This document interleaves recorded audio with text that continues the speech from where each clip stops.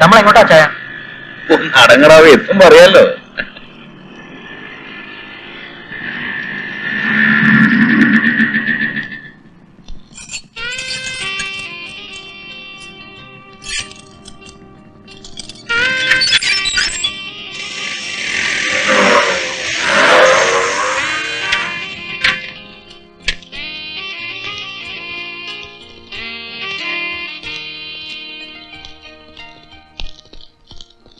എങ്ങനെ ഇഷ്ടപ്പെട്ടോ വീട്?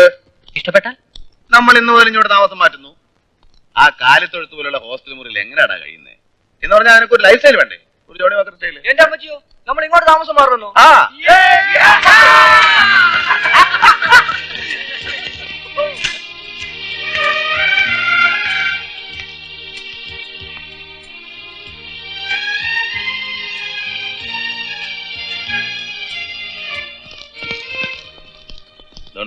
അടുത്ത വീട്ടിൽ ചില കളറൊക്കെ കാണുന്നുണ്ട്.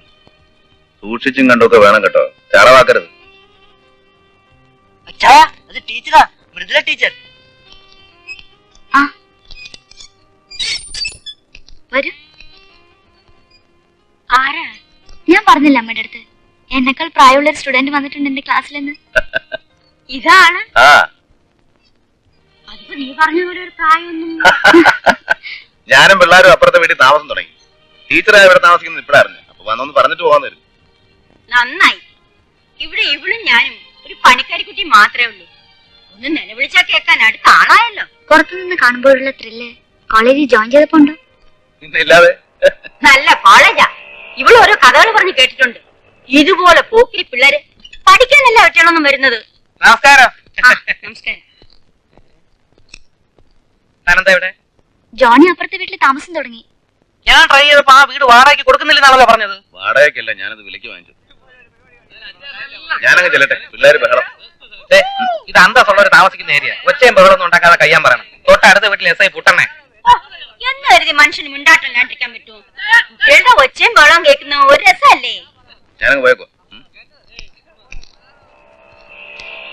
അതെ, തന്റെ ഷൈനിങ് ഇത്തിരി കൂടുന്നുണ്ട്. തന്റെ വേഷം കെട്ടലൊക്കെ കൈ വെച്ചാൽ മതി. ഞാൻ എന്തുദ്ദേശിച്ചാ പറഞ്ഞെന്ന് മനസ്സിലായല്ലോ. പണിക്കരെ, ക്യാമ്പസിനകത്ത് ഞാൻ ഡീസന്റാ എന്ന് വെച്ച് പുറത്തങ്ങനെയല്ല. തറയെന്ന് വെച്ചാ പൂലോക തറയാ. ഈ ഉപ്പുമാങ്ങാ പറഞ്ഞ പോലത്തെ മോന്നുണ്ടല്ലോ, നിലത്ത് പിടിച്ച് ഉറച്ചോളയും. അപ്പൊ എല്ലാം പറഞ്ഞ പോലെ. എന്നാ ശരി, പറഞ്ഞ പോലെ.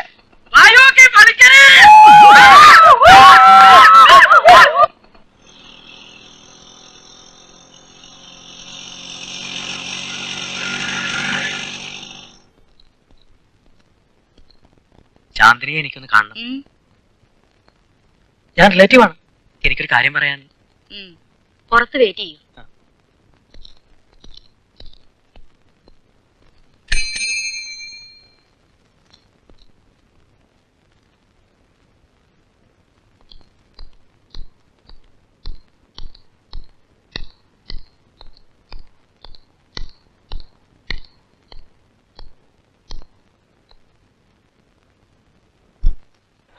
ബോബി, കാണണമെന്ന് തോന്നി, പിന്നെ സംസാരിക്കണമെന്നും. അതുകൊണ്ടാ കള്ളം പറഞ്ഞേ.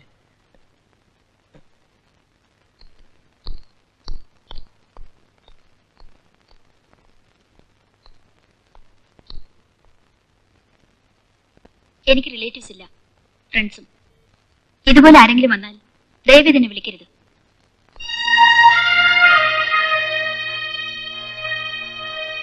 എന്നിട്ട് സംഭവം എവിടെ ആയി? കക്ഷി വളയോ? അറിയില്ല, എനിക്കൊന്നും അറിയില്ല. ആകെ അറിയാവുന്നത് എനിക്കിഷ്ടപ്പെട്ടു. എനിക്ക് ആ മുഖം മറക്കാൻ കഴിയില്ല.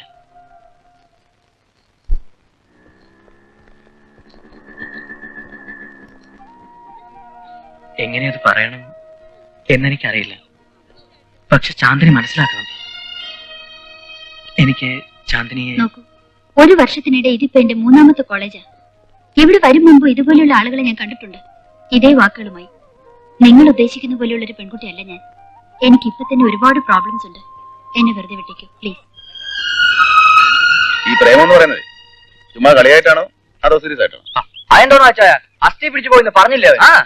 അതെ, നമ്മൾ ഈ വീഴ്ത്താനുള്ള ഒരു നമ്പർ ഇറക്കുമ്പോ അത് രണ്ടു തരത്തിലുണ്ട്, കളിയായിട്ടുള്ളതും കാര്യമായിട്ടുള്ളതും. അച്ഛൻ കുറെ നേരമായിട്ട് വകുപ്പ് പറയുന്നല്ലേ, കാര്യത്തിലേക്ക് വരുന്നില്ലല്ലോ. എന്റെ നീ തന്നെ ഈ പറയുന്നേ.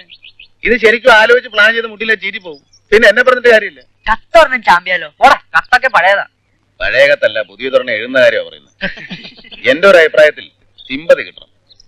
ഇവന്റെ മേലെ സഹതാപം ഉണ്ടാവുന്ന എന്തെങ്കിലും ഒരു ഐറ്റം. സഹതാപം കിട്ടാ ഈസിയാ. അവന്റെ SSLC ബുക്ക് ഒന്ന് കാണിച്ചു കൊടുത്താൽ കളിയാക്കാതെ. പ്രേമം ജനിക്കുന്നത് സഹതാപത്തിൽ നിന്നാണ്.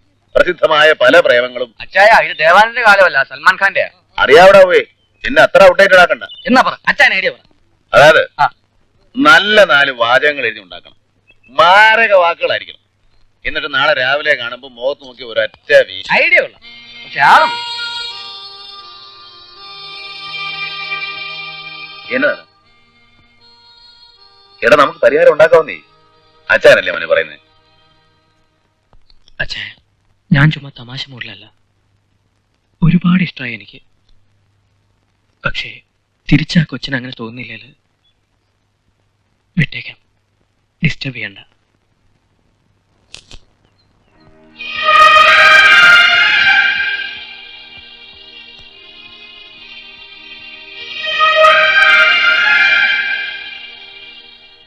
അച്ചായ സമയം എങ്ങനെയാ പോവാ? നീ തന്നെയാടാ പോയി പറയുന്നേ. ഇതൊക്കെ നടക്കണ്ടേ? സംഗതി ഏറ്റിരിക്കുന്നു. അല്ല, എനിക്കെന്നാ ഇതിന് എക്സ്പീരിയൻസ് ഇരിക്കുന്നു. ആലോചിച്ചിട്ട് പുല്ലും തലേ കയറുന്നുമില്ല. ടീച്ചറെ, അച്ചായോ വലിയല്ലേ? അല്ല ടീച്ചറെ, ഒരു കാര്യം ചോദിച്ചോട്ടെ. ടീച്ചറെ, ഒരു ചിന്ന ഡൗട്ട്. അതായത് പെമ്പിളുടെ സൈക്കോളജി അതെങ്ങനെ? അവർക്ക് നമ്മളോട് ഇഷ്ടം തോന്നിക്ക് ഞാൻ തുറന്നങ്ങ് സമ്മതിക്കും. ഉള്ളിൽ പറയേണ്ടത് നമ്മൾ ഇടപെട്ടാ ചെലവാവും. വിരുന്നിടാവേ. Teacher confuse. എന്നാ പിന്നെ വേറെ എന്തെങ്കിലും വഴി നോക്കാം.